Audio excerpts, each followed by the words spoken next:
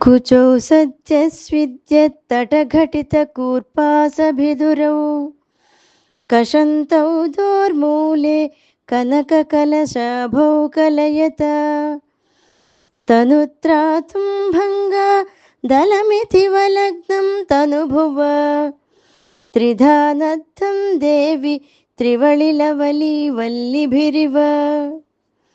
ఈ శ్లోకంలో శంకరులు అమ్మవారి యొక్క నడుమున ఉన్నటువంటి త్రివళులు అంటే ఆ ముడతల గురించి వర్ణిస్తున్నారు.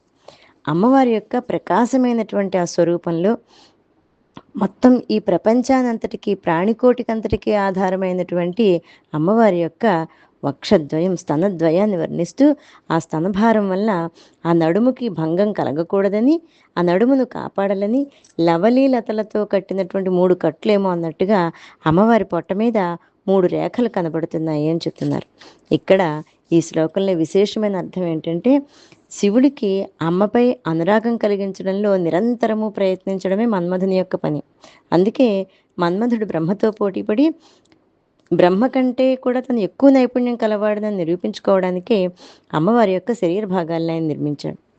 ఆ నిర్మించడంలో శరీరం భారం ఎక్కువైపోయినట్లు అవడం వల్ల మన్మధుడు తన తప్పు తెలుసుకుని ఆ శరీరపు బరువుకి అమ్మవారి యొక్క నడుము విరిగిపోతుందేమో అని సందేహం అతనికి వచ్చింది.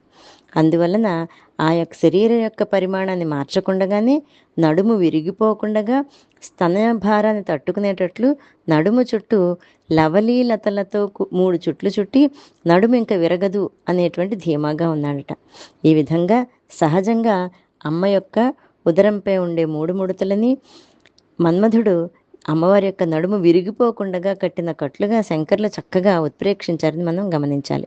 ఇదే విషయాన్ని లలితా సహస్రనామంలో ఈ శ్లోక భావానికి సన్నిహితంగా ఒక దేవీనామం ఉంది. స్తనభారదళన్ మధ్య పట్ట బంధవళిత్రయ అనేటువంటి ఆ నామానికి ఇంచుమించుగా ఇదే అర్థము.